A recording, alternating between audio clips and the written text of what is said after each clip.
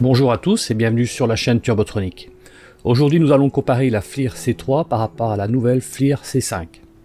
Tout d'abord au niveau des dimensions, sur la C3 on était à 125 par 80 par une épaisseur de 24. Cette fois-ci on va être sur du 138 par 84 sur 24 aussi en épaisseur. Donc quasiment les mêmes dimensions.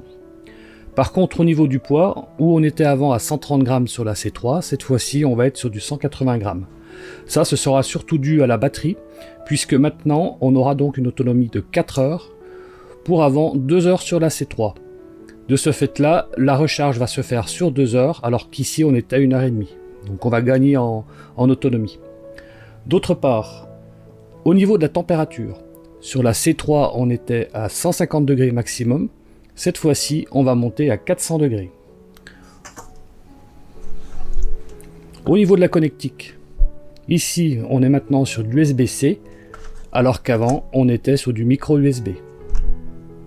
Ensuite, on était aussi en communication sur de la Wi-Fi. Cette fois-ci, on va récupérer le Bluetooth, mais aussi le cloud. On verra ça tout à l'heure. Concernant les accessoires, elles sont toutes les deux livrées avec leurs câbles respectifs. Micro USB pour la FLIR C3 et USB-C pour la FLIR C5.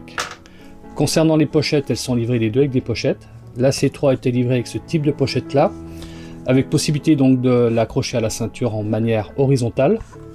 Cette fois-ci, sur la C3, on est sur une pochette type tactique, avec des attaches molles qui vont vous permettre de l'attacher par exemple à un sac à dos bricolage, où on peut mettre des outils, ou alors directement à la ceinture, c'est au choix.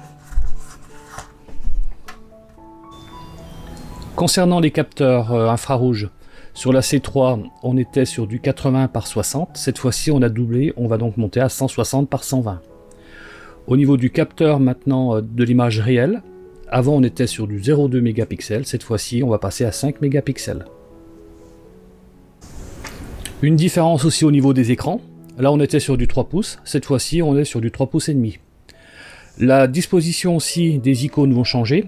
Avant on faisait une petite touche comme ceci pour avoir accès aux icônes, cette fois-ci les icônes sont déjà intégrées dans l'écran et c'est ce qu'on va appeler du one touch. On va donc pouvoir utiliser ces touches directement avec un doigt. Vous voyez ici qu'on a la poignée comme ceci, et on va pouvoir travailler avec le pouce comme ceci. Donc ça, c'est une grosse nouveauté, et je trouve que c'est beaucoup plus pratique, puisqu'avant la C3, on travaillait comme ceci, on faisait comme ça, mais voilà, on n'arrivait pas à accéder. Il fallait absolument la deuxième main.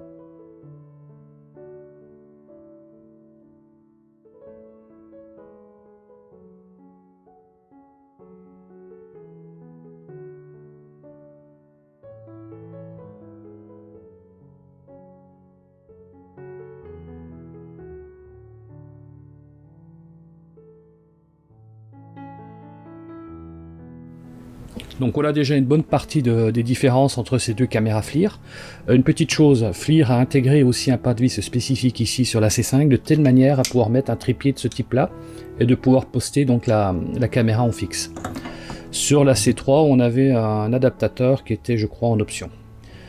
Voilà. D'autre part donc l'interface a extrêmement changé, vous verrez qu'il y a une petite révolution au niveau de l'interface sur la C5, mais cela fera donc l'objet d'une prochaine vidéo. Voilà, à très bientôt.